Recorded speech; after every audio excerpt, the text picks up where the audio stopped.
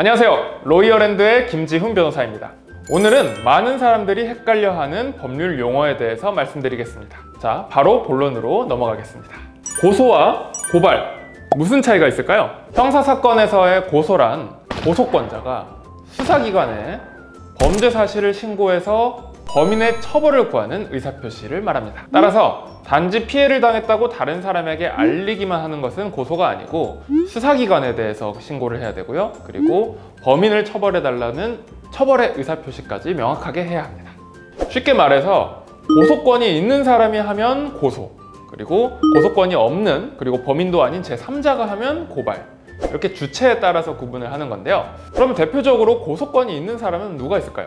당연히 첫 번째로는 범죄의 피해자가 있을 수 있습니다. 그리고 우리 형사소송법에서는 피해자의 법정 대리인도 고소권이 있다고 규정하고 있습니다. 따라서 피해자가 미성년자면 그 부모가 고소를 대신할 수 있는 고유의 권리가 있는 거죠. 또 있습니다.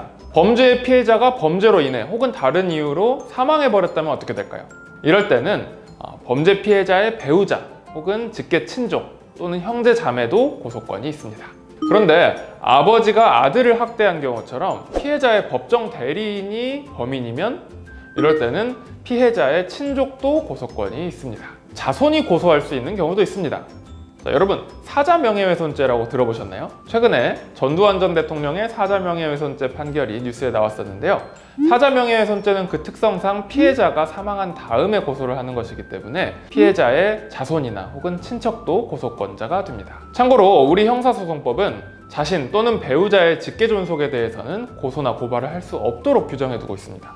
아들이 우리 아빠가 제 물건을 훔쳤어요 라고 고소할 수는 없다는 것이죠. 하지만 여기도 예외는 있습니다. 가정폭력이나 혹은 성폭력 범죄에 관한 경우에는 예외적으로 고소나 고발을 직계존속에 대해서도 할 수 있습니다.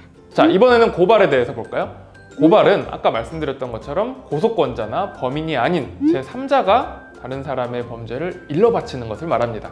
대표적으로는 길거리에서 누가 다른 사람을 폭행하는 것을 본 목격자가 수사기관에 저 사람을 처벌해주세요 라고 신고하는 것이 있을 수 있고, 또는 어떤 회사 내에서 횡령 같은 범죄를 저지른 직원을 다른 직원이 내부 고발하는 경우도 있습니다. 이렇게 고발은 고소와 이 주체가 다를 뿐이지 다른 형식이나 요건에 대해서는 거의 비슷하다고 보시면 되겠습니다. 두 번째로 사람들이 또 많이 헷갈리는 단어, 공소는 뭐고 기소는 뭘까요? 공소란 검사가 법원에 형사사건의 재판을 청구하는 행위를 말합니다. 따라서 검사가 공소를 제기했다 라는 표현도 쓰고요, 검사가 기소했다 라는 표현도 쓰는데 검사가 공소했다 라는 말은 쓰지 않습니다. 세 번째, 변호사와 변호인은 어떻게 다를까요? 쉽게 말해서 변호사는 자격을 말하고 변호인은 역할을 말한다고 보시면 됩니다. 변호인이란 형사사건에서 피의자나 피고인을 변호해주는 역할을 말합니다. 그리고 이 역할을 수행하는 사람은 변호사 자격이 있는 사람이죠. 그래서 변호사가 형사사건에서는 변호인의 역할을 맡는 것이고, 자, 그렇다면 민사에서는요? 민사에서는 변호인이라는 말을 쓰지 않습니다. 민사에서는 원고나 피고를 변호사가 대리한다고 해서 소송 대리인이라고 부릅니다. 따라서 민사사건에서 소송을 대리하는 변호사는 대리인이라고 해야 되고 변호인이라고 부르면 안 됩니다.